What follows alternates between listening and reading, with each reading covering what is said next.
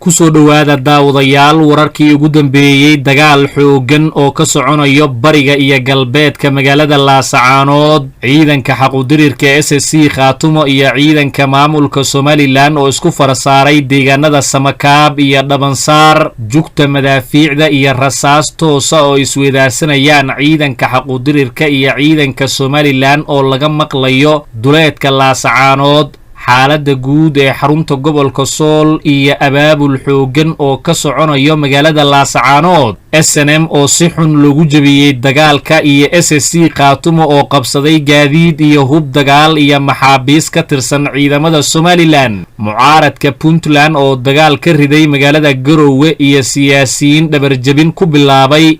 halganka SSC Khaatumo haddaba maxaa ka jira in Xasan Shire Abgaal iyo Faroole gaadiid dagaal furinta Laasacaanood yaalay ay kala laabteen si ay uga dagaalamaan Garowe mucaaradka Puntland oo ku eedeeyay Saciid Dani in uu u adeegsanayo ololihiisa doorashada halganka SSC Khaatumo qodobada iyo qaar kale oo faahfaahsan ayaa daawan doontaan daawade haddii aad nagu cusub tahay nagu soo biir channelkan subscribe saar muuqaalka like saar si saaxiibo badan uu u gaaro waana mahadsantihiin aynu ku bilownaa daawadayaal dagaal xoogan oo u dhaxeeyo ciidanka xaquudirirka SSC Khaatumo iyo ciidanka maamulka Somaliland ee SNM ayaa waxa uu ka soconayaa haatan deegaanada Tuulo Samakaab ee galbeedka Laasacaanood iyo weliba Dhabansaar dagaalka ayaa halkaas ka qarxay kadib markii ciidanka maamulka Somaliland ee SNM ay isku dayeen inay soo weeraraan ciidanka furinta joogo ee SSC Khaatumo dhawaqa madaafiicda iyo hubka culus ayaana laga maqlayaa duleedka magaalada Laasacaanood ee xarunta gobolka Sool halkaasi oo ay ku dagaalamayaan ciidanka Somaliland iyo ciidamada SSC Khaatumo ciidanka SSC Khaatumo ayaa rasaas kala hortagay ciidamada Somaliland waxaana saraakiisha SSC furinta u joogo ay soo sheegayaan inay baacsadeen SNM oo la jabiyay isla markaasina dagaalka ay kaga dileen askar badan walow aan si dhaba loo ogeyn tirada askarta looga dilay Somaliland hase yeeshee ciidanka xaquudirirka ayaa sheegay in khasaare lixaad le ay gaarsiiyeen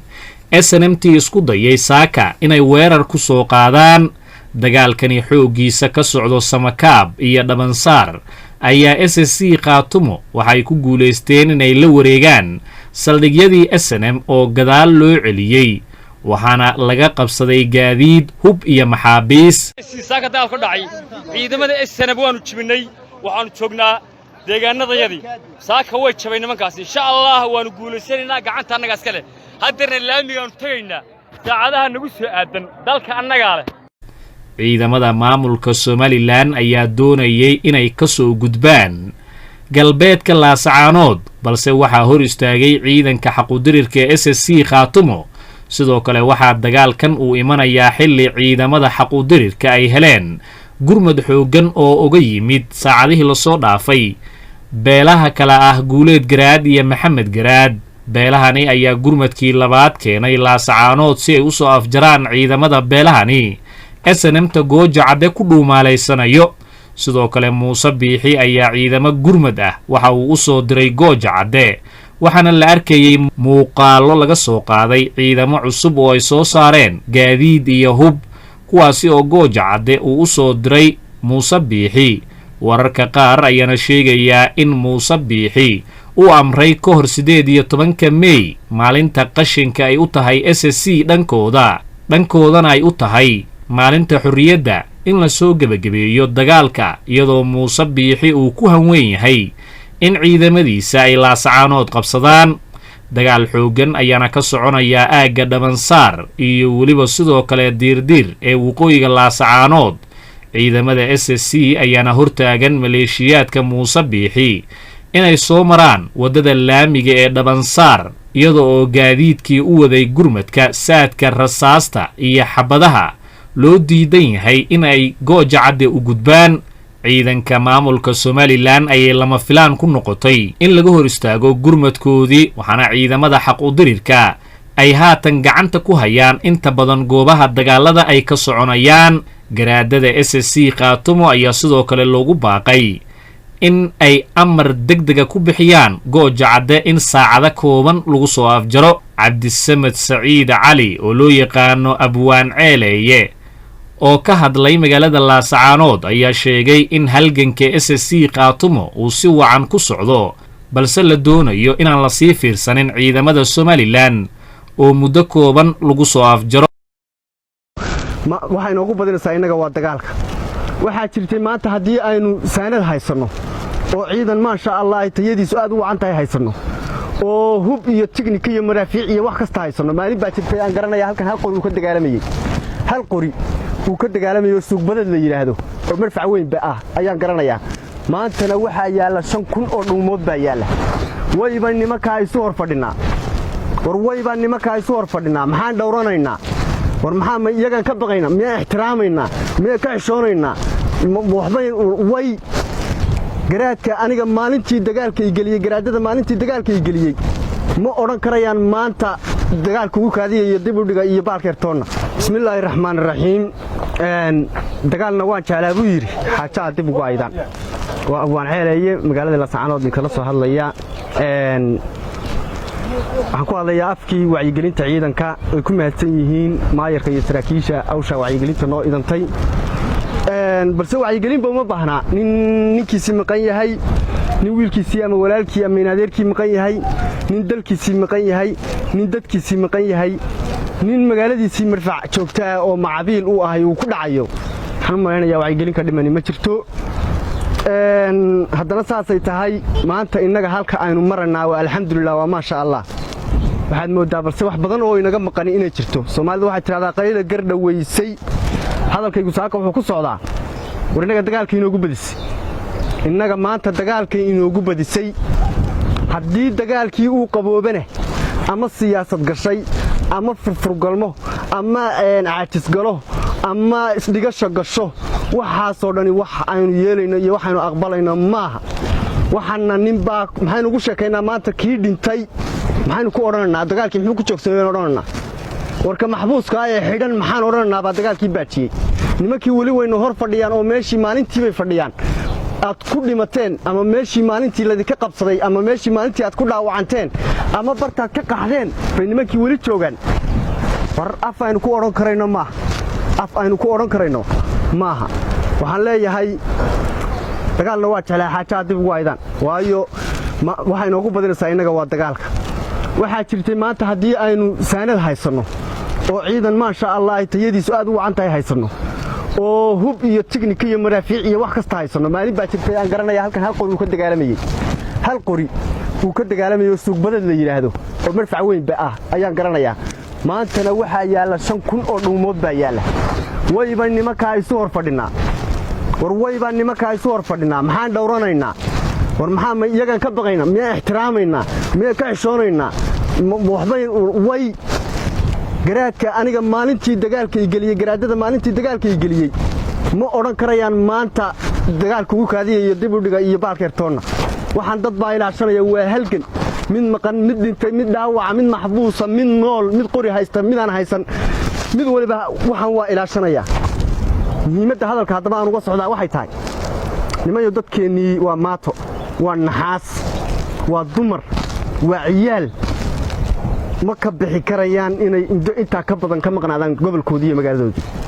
ma awoodi karayaan inay inta ka badan magaaladoodii ka maqnaadaan. war MCH-yadii bay seexdaan war iskuuladii bay seexdaan baca yar iyo shiraaq baa qaar meelaha qaarkood u yaalaan roob baa ku helaya daxamaha ku dhacaya dabaylo iyo duufaan baa ku socda gaaja ku socota ma haystaan waxay cunaan. waxa aanu inaguna u dagaalamanaa maaha nin waliba maanta waxa uu dagaalamayo barta ugu jiray nafsadiisa maaha natin waa nin waliba kuwa uu dagaalamaya waa kuwa qaxay marka laga yimaado sharafta iyo qadiyada loo dagaalamayo waxa labaad ee loo dagaalamaya waa kuwa qaxay weey kuwii qaxay inaynu soo ceshanaynu rabnaa kuma soo ceshan karano nimankan inaynu isdhigano in hor fadhiisano hadday ciidamada saraakiisha ahaayeen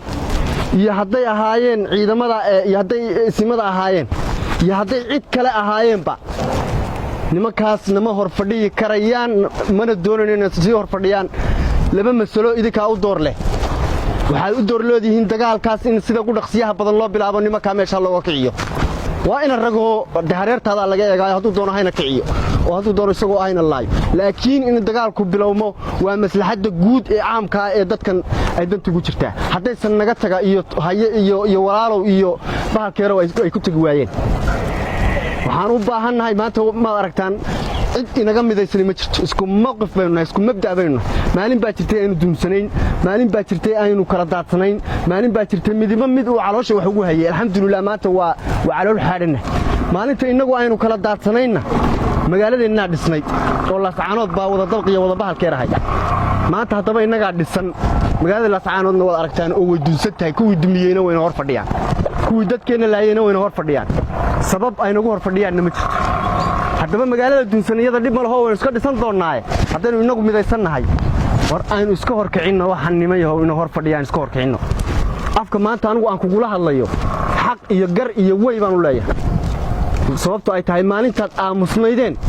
oo aad saylan ahaydeen oo halkaa habeen walba ninkiina la dilayey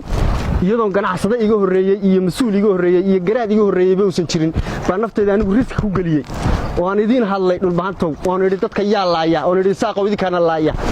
maalintii wixii ka dambaysay baad ku dhiirasho wada yeesheen anna kabtayda iyo karinkayga meel laga tuuray marba meel aan ordayey marba meel lay baacinay mararka qaarkoodna laygu khasbayey inaan ku khasbanaado inaan la shaqeeyo war waxaan awood nagu haysa oo ku hayn kartaa meeshaas oo ay haystaan ma jirto run haddaad doonaysaan anaa garanayo oo xeryahooda ku dhex jiri jiray war labadaa qori ay soo turayaan mooyaane nimankan wax kale inaguma hor fadhiyaan war labada qori maanta 5 baynu ugu haysannaa ilmaadareyaalow nimankan aynu iska horkicinno bahasheenna aynu barafka ka dayno irir samaalaani qusayn oday yaroo meel tegayaani qusayn xamar iyo xasan bustaani qusayn xaalad kaloo ay qusaysaa ma jirto aan keliya ahayn inaan dadkaygaa soo ceshto meeshaana dagaal ka qarxo